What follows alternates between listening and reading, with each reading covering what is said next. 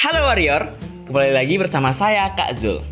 Setelah kalian berhasil melakukan serangkaian tes mulai dari tes administrasi, SKD, seleksi lanjutan 1 yang terdiri dari tes kesehatan, kebugaran, dan psikologi, maka kalian akan beralih ke tahapan selanjutnya, yaitu seleksi lanjutan 2. Apa itu seleksi lanjutan 2? Mari kita bahas.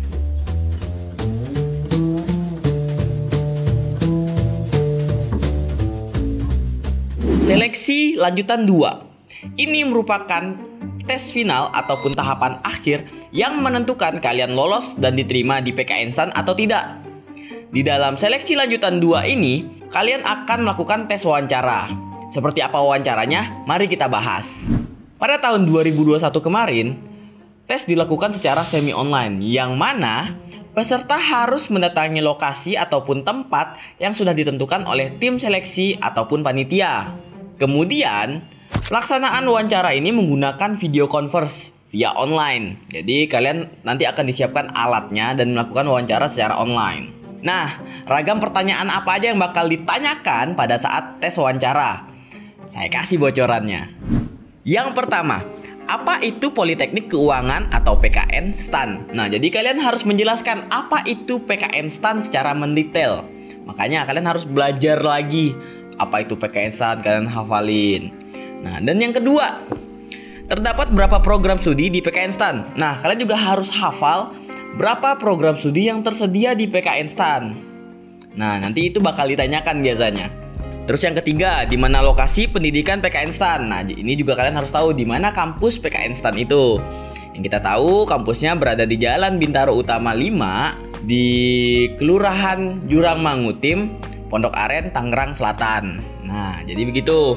Kemudian pertanyaan yang keempat, apakah PKN STAN memiliki jenjang pendidikan serata 1? Nah, kalian jelaskan juga apakah ada atau tidak. Selanjutnya ada pertanyaan, bagaimana sistem dropout di PKN STAN? Nah, ini udah paling sering nih. Di PKN STAN itu kan harus memenuhi kriteria IPK. Jadi jika tidak ada, maka akan drop out dan sebagainya. Nah, itu kalian juga harus jelasin dalam tes wawancara nanti. Terus ada juga pertanyaan, program studi apa saja yang dapat dipilih di SPMB PKN STAN 2022? Nah, jadi kalian harus jeli juga. Di SPMB PKN STAN 2022 ini, program studi apa aja yang dibuka? Jadi, kalian harus hafalin dan ingat itu. Terus ada juga pertanyaan, apa yang dimaksud dengan ADEM atau ADEM? Nah, itu juga kalian harus hafal. Itu adalah sebuah program afirmasi.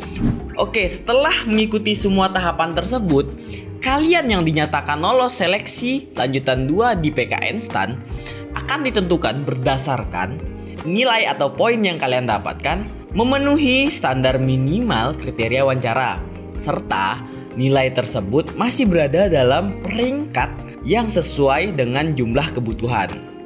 Nah, jumlah kebutuhan ini akan ditentukan oleh panitia pusat nantinya. Berapa banyak yang akan lolos di SPMB PKN STAN 2022. Jadi, mulai sekarang kalian harus bisa melatih cara bicara kalian dan cara menjawab pertanyaan saat wawancara. Yang pertama yaitu intonasinya harus tenang dan jelas.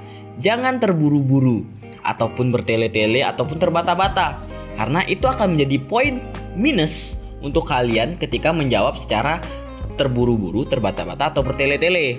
Nah, jadi kalian harus tetap tenang, stay cool lah istilahnya.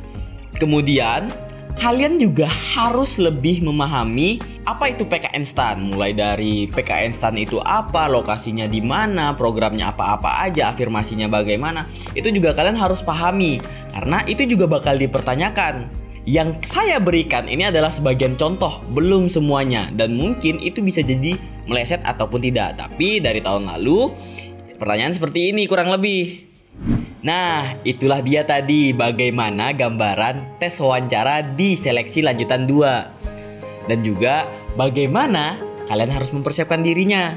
Gimana? Video ini membantu persiapan kalian tidak? Terus dukung kita dengan cara subscribe channel ini, like, share, dan komen hal kedinasan apa lagi yang perlu kalian tahu. See you Warrior!